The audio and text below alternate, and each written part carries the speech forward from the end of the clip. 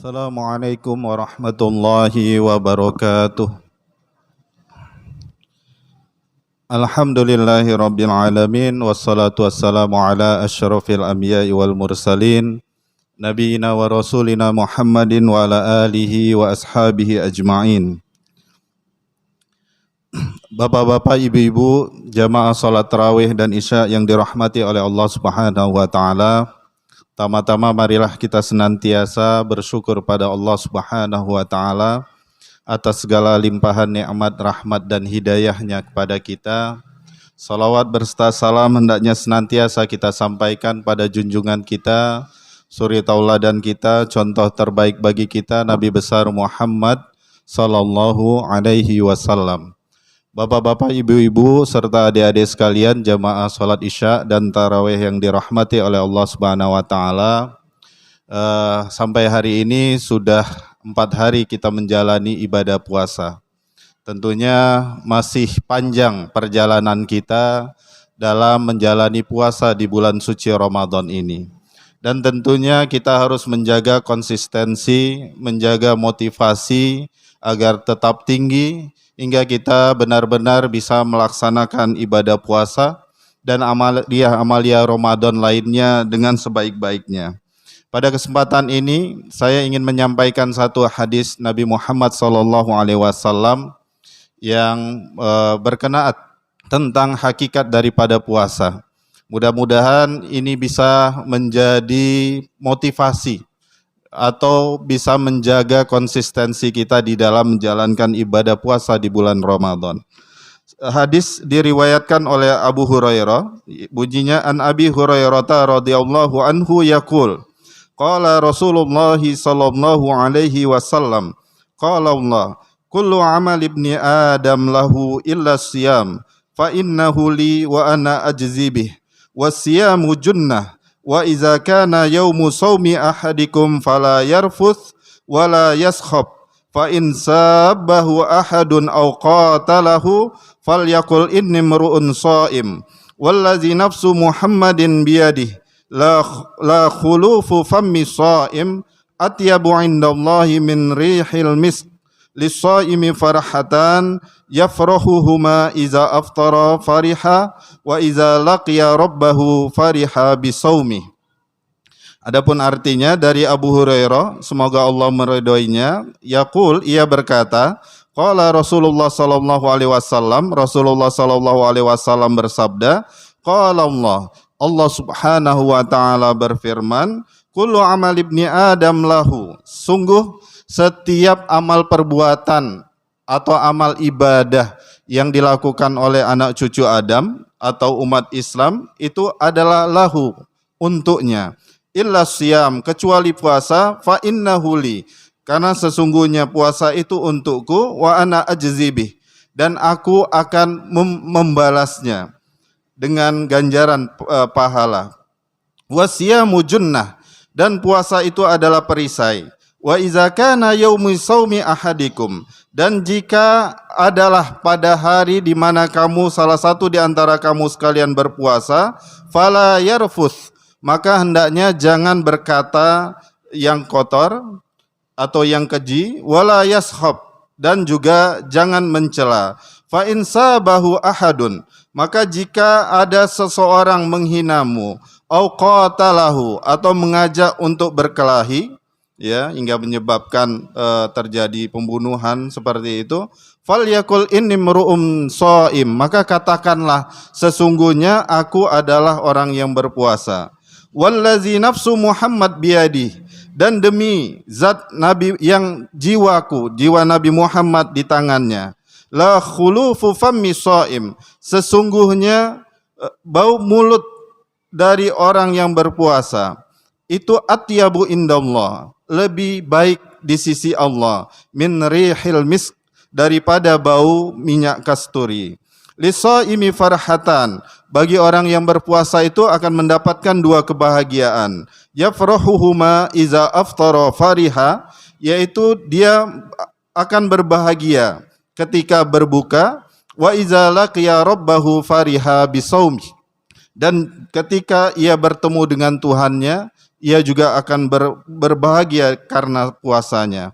Bapak-bapak, ibu-ibu yang dirahmati oleh Allah Subhanahu wa taala, sesungguhnya hadis ini kalau kita cermati menjelaskan tentang hakikat daripada puasa. Ada beberapa hal yang mungkin kita bisa jelaskan secara terpisah.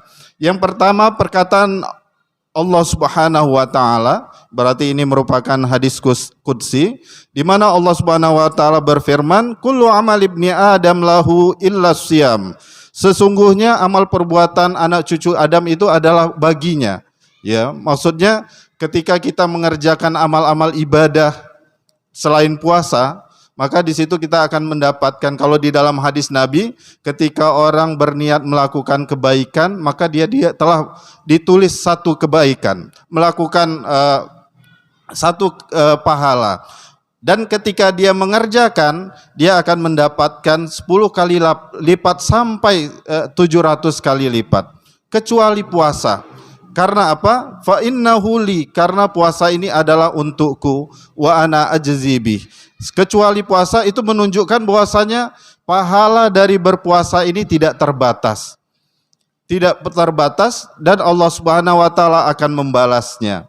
Tentunya kalau yang membalas itu adalah raja atau penguasa alam semesta, itu tentunya berbeda dengan kalau yang membalas itu kalau biasa-biasa saja, yaitu apa bedanya antara raja dengan orang lain?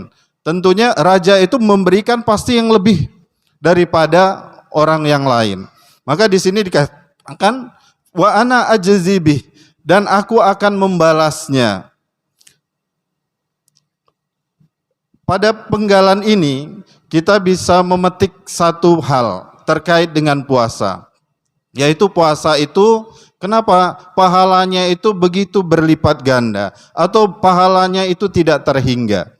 Para ulama mengatakan karena orang yang mengerjakan puasa itu sangat besar keikhlasannya dan sangat kecil riyanya, ya. Jadi potensi untuk riya itu sangat kecil, ya. Karena di dalam hadis Nabi dikatakan bahwasanya puasa itu sirrun baina abdi wa rabbih. Puasa itu adalah rahasia antara hamba dengan Tuhannya. Kalau kita melaksanakan ibadah selain puasa, mungkin orang lain akan mengetahui. Ketika kita sholat di masjid, orang akan tahu ketika kita berwudu atau kita berjalan ke masjid. Akan tapi ketika kita berpuasa, orang tidak akan tahu apakah kita berpuasa atau tidak. Bisa saja kita masuk kamar kecil atau tempat tersembunyi, kita makan, kemudian keluar dalam kondisi yang orang hampir sama antara berpuasa dengan tidak berpuasa. Maka dikatakan bahwasanya berpuasa itu keikhlasannya lebih besar dan sifat riyanya lebih kecil dibandingkan ibadah-ibadah yang lain. Itu hal yang pertama. Yang kedua, bahwasanya di dalam berpuasa itu terkandung sifat melatih kesabaran. Di mana di dalam ayat Al-Qur'an, di dalam surat Az-Zumar ayat 10 Allah Subhanahu wa taala berfirman, "A'udzubillahi minasyaitonir rajim, innama yuwaffas sabiruna ajrahum bighairi hisab." Yang artinya sesungguhnya orang-orang yang sabar itu akan mendapat balasan, ya, ganjaran mereka itu bighairi hisab, dengan tanpa perhitungan. Tidak terhitung besar pahala atau balasan yang diberikan. Yang ketiga, kenapa puasa itu pahalanya tidak terhingga? Karena orang yang berpuasa itu dia menahan sesuatu yang dalam kondisi di luar puasa itu adalah sesuatu yang diperbolehkan, bukan sesuatu yang dilarang. Jadi kita menahan sesuatu yang dalam kondisi biasa, makan diperbolehkan, minum diperbolehkan, berhubungan suami istri bagi yang sudah berkeluarga itu diperbolehkan. Akan tapi dalam kondisi berpuasa, hal-hal yang diperbolehkan itu kemudian menjadi dilarang. Tentunya ini lebih berat yang kita lakukan karena meninggalkan sesuatu yang biasa kita lakukan. Kecuali memang sesuatu yang diharamkan. Maka di dalam puasa ini terkandung makna keikhlasan. Keikhlasan inilah yang merupakan inti dalam agama Islam. Di mana di dalam banyak ayat Allah Subhanahu wa taala menyatakan, tidaklah kami menciptakan jin dan manusia kecuali untuk beribadah padaku. Ya. Kemudian banyak ayat juga menyatakan wa'budullaha wa la tusyriku bihi syai'a. Sembahlah Allah dan janganlah engkau mensekutukan dengan sesuatu pun. Bapak-bapak, ibu-ibu yang dirahmati oleh Allah Subhanahu wa taala, kemudian pada penggalan kedua dikatakan asyamu junnah. Ini hakikat yang kedua, bahwasanya puasa itu akan menjadi perisai bagi kita, akan menjadi tameng. Jadi kalau perisai atau tameng itu kan menghalangi dari hal-hal yang tidak baik yang menimpa diri kita. Dengan berpuasa mungkin kita akan terhindar dari melakukan perbuatan-perbuatan maksiat. Karena di dalam hadis Nabi dikatakan tidak mungkin orang mukmin ya dalam keadaan mukmin kemudian dia melakukan maksiat. Tidak mungkin orang yang berpuasa karena Allah Subhanahu wa taala kemudian dia melakukan maksiat. Puasa juga bisa menjadi tameng bagi para pemuda ya yang belum menikah. Karena Nabi Muhammad SAW di dalam hadisnya mengatakan, ya ma'syaras syabab, man istata'a minkumul ba'a falyatazawwaj. Ya, fa illam tastati fa alaikum bisyam. Wahai para pemuda, ya, jika engkau memiliki kemampuan maka menikahlah. Akan tapi jika tidak mampu maka berpuasalah. Fa innahu lahu wija. Karena berpuasa itu adalah merupakan tameng bagi kita. Bisa jadi ya, mungkin ada penelitian kalau dalam kondisi Covid ini mungkin bisa jadi ya, puasa ini bisa menjadi tameng bagi kita. Mudah-mudahan dari virus Covid-19. Ada penelitian yang dilakukan oleh salah seorang ilmuwan dari Jepang yang menyatakan bahwasanya ketika orang berpuasa selama 8 sampai 16 jam, maka akan muncul protein-protein yang memakan sel-sel mati ya. Jadi dalam kondisi lapar kemudian memakan sel-sel mati hingga kotoran atau hal-hal yang berbahaya bagi tubuh kita itu kemudian dibersihkan. Ya. Walaupun ada hadis Nabi mengatakan sumu tasihu. Ya, walaupun ada yang mengatakan itu hadisnya dhaif. Akan tapi ada pengaruh bagi kesehatan. Kalau kita melihat saat sekarang ini, ternyata orang yang mati kelaparan itu lebih kecil jumlahnya daripada orang yang meninggal karena obesitas.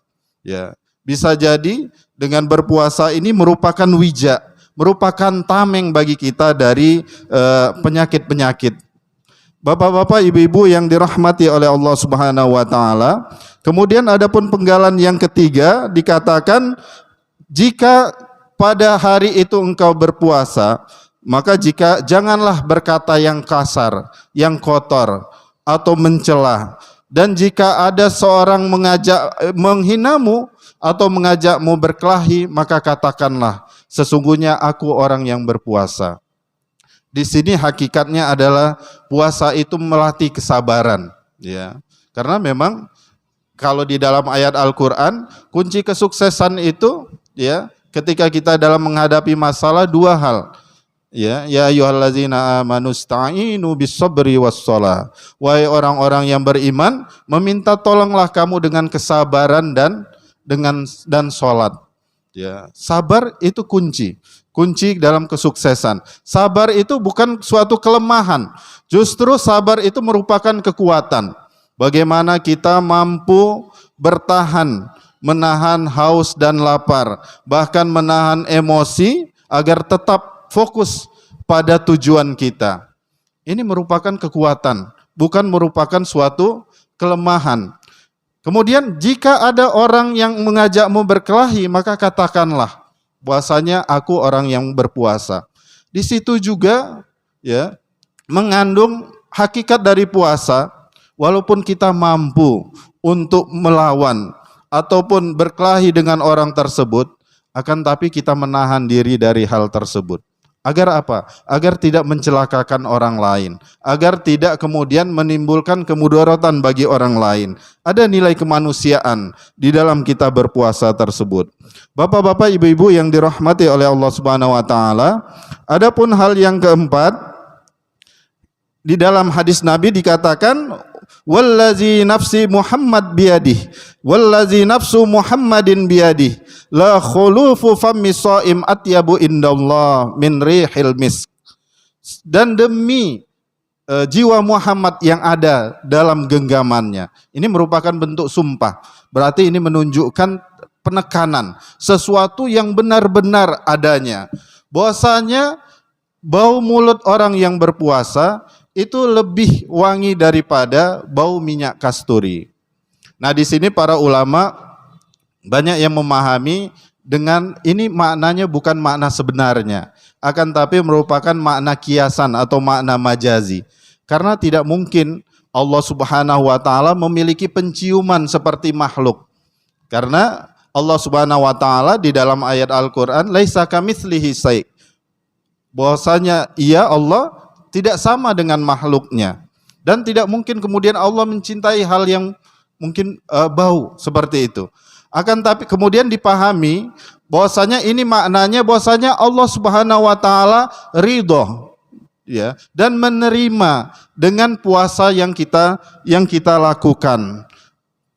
Pada pemahaman yang lain dikatakan bahwasanya memang nantinya bau mulut orang yang berpuasa ketika di akhirat nanti itu memang lebih wangi daripada bau minyak kasturi. Atau mungkin di kita sekarang mungkin bau parfum yang paling wangi yang ada, yang misalnya karena pada zaman Nabi yang paling wangi pada waktu itu ya minyak kasturi, ya. Mungkin di sini parfum apa yang paling wangi itu bau mulut orang yang berpuasa ketika nanti di akhirat itu lebih wangi daripada bau minyak wangi tersebut. Ada juga yang menafsirkan bahwasanya orang berpuasa itu, ya, itu bau mulutnya lebih wangi daripada parfum ketika lebih baik, ya, atau pahala lebih baik daripada ketika orang melaksanakan Jumatan, ya, memakai wangi-wangian atau sholat Idul Fitri atau sholat Idul Adha. Jadi pahala orang yang berpuasa itu lebih banyak pahalanya daripada pahala orang yang memakai wangi-wangian ketika ia berangkat sholat Jumat atau menunaikan sholat Idul Fitri atau Idul Adha. Nah, ini pemahaman yang disampaikan oleh Kiai Haji Mustafa Ya'qub, ya, yang kita kenal dulu beliau sempat menjadi pengurus MUI. Bapak-bapak, ibu-ibu yang dirahmati oleh Allah Subhanahu wa taala, adapun bagian yang terakhir dari hadis ini adalah lisaimi farhatun inda iftarihi wa farhatun inda liqa'i rabbih. Bagi orang yang berpuasa itu memiliki dua kebahagiaan. Kebahagiaan ketika dia berbuka dan kebahagiaan ketika ia bertemu dengan Tuhannya. Jadi di sini Allah Subhanahu wa taala ingin memberikan contoh yang nyata, ya, bagi kita ketika kita menjalankan ketaatan kepada Allah Subhanahu wa taala, menahan diri dari hal-hal yang dilarang oleh Allah Subhanahu wa taala. Di sini Allah memberikan contoh yang nyata adalah ketika orang berbuka, ya. Jadi sepanjang hari dia menahan diri dari makan, minum, dari marah ataupun mengeluarkan emosi, maka ketika dia sampai waktunya azan, maka dia akan merasakan kebahagiaan. Ini merupakan bentuk yang konkret, ya, yang diberikan oleh Allah Subhanahu wa taala. Demikian juga ketika kita dalam hidup di dunia ini, kita berjalan mengikuti apa-apa yang diperintahkan oleh Allah Subhanahu wa taala, menahan diri dari apa-apa yang dilarang oleh Allah Subhanahu wa taala, maka insya Allah ketika nanti di akhirat kita akan mendapatkan kebahagiaan seperti kebahagiaan orang yang berbuka puasa ketika dia di dunia. Bapak-bapak, ibu-ibu yang dirahmati oleh Allah Subhanahu wa taala, demikianlah apa yang bisa saya sampaikan. Mudah-mudahan hadis ini dapat menjaga motivasi kita dalam berpuasa hingga kita dapat menjalankan ibadah puasa dengan sebaik-baiknya. Aqulu qauli hadza wa astaghfirullahal azim. Wassalamualaikum warahmatullahi wabarakatuh.